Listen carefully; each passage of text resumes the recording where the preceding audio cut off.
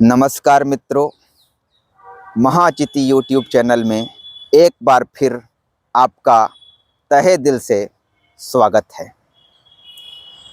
देवस्य पश्य काव्यम न ममार न जीर्यति। अथर्ववेद की इस आर्ष उक्ति के द्वारा पिछले एक वीडियो में साहित्य के भेदक लक्षणों की ओर मैं आपको ले गया था।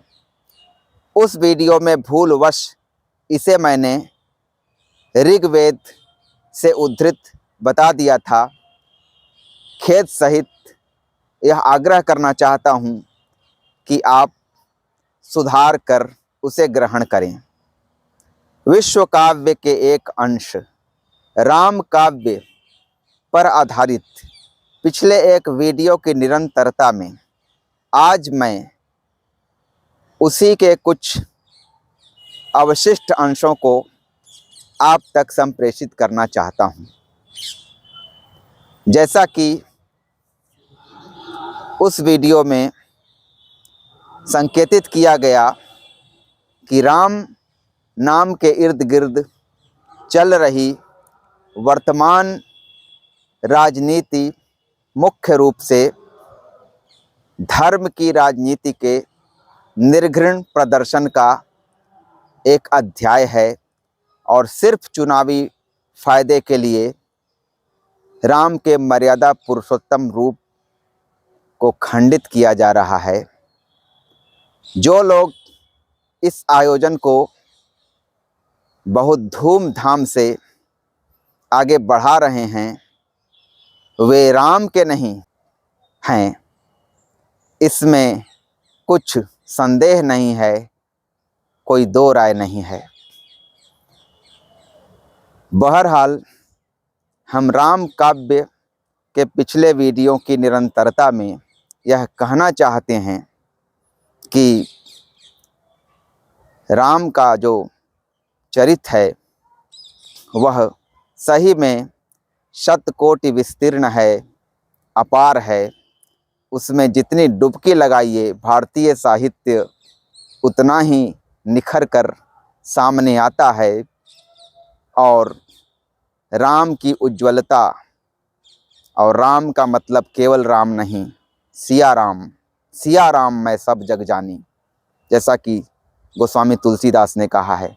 तो सिया राम मयता के साथ यदि राम काव्य की परंपरा का हम अवगाहन करें तो साहित्य के लिए भी हमें कुछ उपयोगी निष्कर्ष या उपयोगी मानदंड निकलते हुए दिखाई पड़ते हैं। जैसा कि पिछले एक वीडियो में संकेतित किया गया कि श्रेष्ठ कवि का जो काव्य है वह न मरता है न बूढ़ा होता है, न ममारा न जीर्यति का संकेत इसी ओर है। और इसी संदर्भ में संस्कृत के महान सूक्तिकार भर्तृहरि ने कहा है, जयंति ते सुकृतिनो रस सिद्धा कवीश्वरा नास्ति येषाम यशः काये जरा मरणजम भयम। यानी वे सुकृति रस सिद्ध कवीश्वर जय को प्राप्त हों, उनकी जय हो, जिनकी यशः काया में जरा और मरण का भय नहीं होता। आनंदवर्धन ने कहा, अपारे काव्य संसारे कविरेव प्रजापति यथास्मै रोचते विश्वम तथेदम परिवर्तते। कवि की स्वायत्तता की यह उद्घोषणा है। कवि अर्थात साहित्यकार, क्योंकि काव्य मतलब साहित्य, पूरा साहित्य एक वीडियो में संकेतित हो चुका है। तो साहित्यकार स्वयं में अपनी सृष्टि का ब्रह्मा होता है। यथास्मै रोचते विश्वम तथेदम परिवर्तते। वह अपनी रुचि के अनुसार अपनी दुनिया बनाता है, क्योंकि साहित्यकार देशभक्ति और राजनीति के मानदंडों पर साहित्य नहीं लिखता। साहित्य देशभक्ति और राजनीति को पथ प्रदर्शन करने वाली सच्चाई का नाम है। उसे समाज के नेता या समाज के ठेकेदार या राम के नाम पर राजनीति करने वाले जो राजनीतिक ठेकेदार हैं या धार्मिक ठेकेदार हैं, वे उसे नहीं संचालित कर सकते। आचार्य हजारी प्रसाद द्विवेदी ने साहित्य का साथी, जिसे साहित्य सहचर नाम से भी प्रकाशित किया गया है, नामक अपनी पुस्तक की शुरुआत में साहित्य के व्यापक स्वरूप को सामने रखते हुए 3 प्रकार के साहित्यों की बात की है। उन्हीं के विचारों से प्रेरणा लेते हुए मैं कुछ बातें यहाँ आपसे साझा करना चाहता हूँ, जिसे पिछले एक वीडियो में हमने संक्षेप में रखा था। साहित्य का मतलब पूरा वाङ्मय, और पूरा वाङ्मय को यदि हम साहित्य या लिटरेचर कहते हैं तो 3 प्रकार का होता है। सूचनात्मक साहित्य, जैसे जीके यानी सामान्य ज्ञान की किताबें होती हैं, उनमें किसी को नए तथ्यों से संसूचित किया जाता है, उसका इस प्रकार से सूचनात्मक जो सामर्थ्य है वह वृद्धि को प्राप्त होता है। दूसरे प्रकार का साहित्य है ज्ञानात्मक या विश्लेषणात्मक या बोधात्मक, उसकी ज्ञान की दुनिया परिष्कृत करने वाला साहित्य है, जैसे कि दर्शन की किताब है, इतिहास की किताब है, भूगोल की किताब है। ये सब जो चीज़ हम नहीं जानते उसे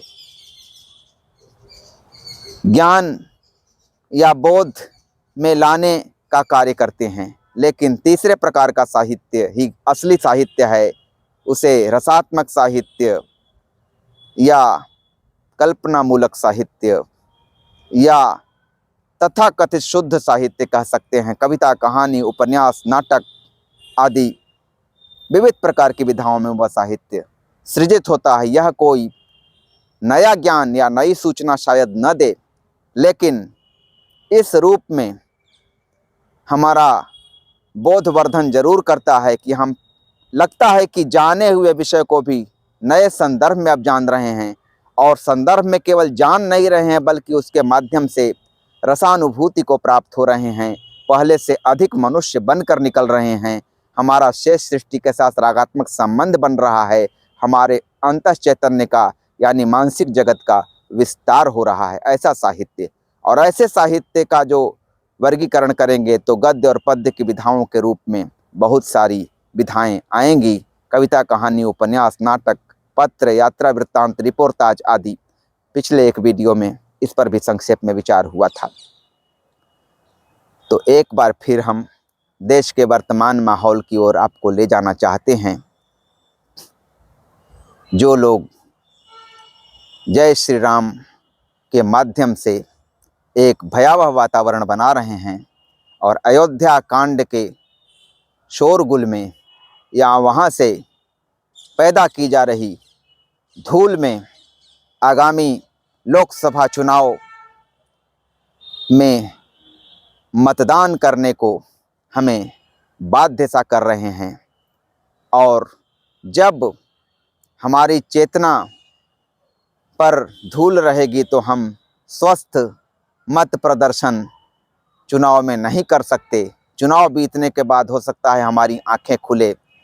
तो भारत के लोकतंत्र की यह खूबसूरती है कि यह समावेशी बनने की प्रतिबद्धता या प्रस्तावना के साथ खड़ा है। तो हम यह भी आग्रह करना चाहते हैं इस आभासी मंच से कि मुद्दा आधारित चुनाव हो, और जनता के रूप में हम मुद्दा आधारित मतदान करें।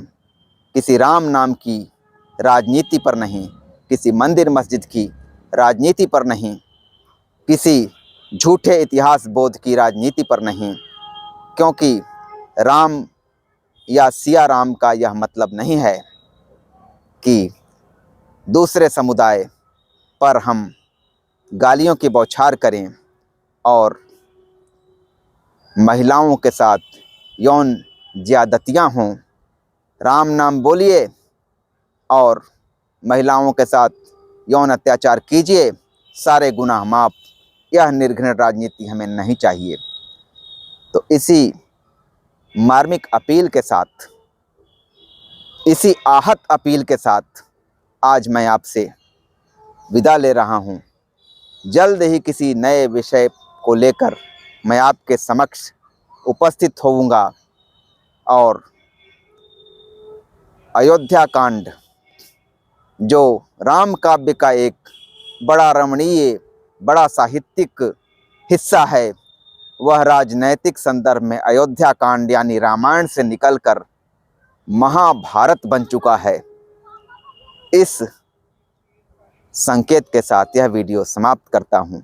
नमस्कार।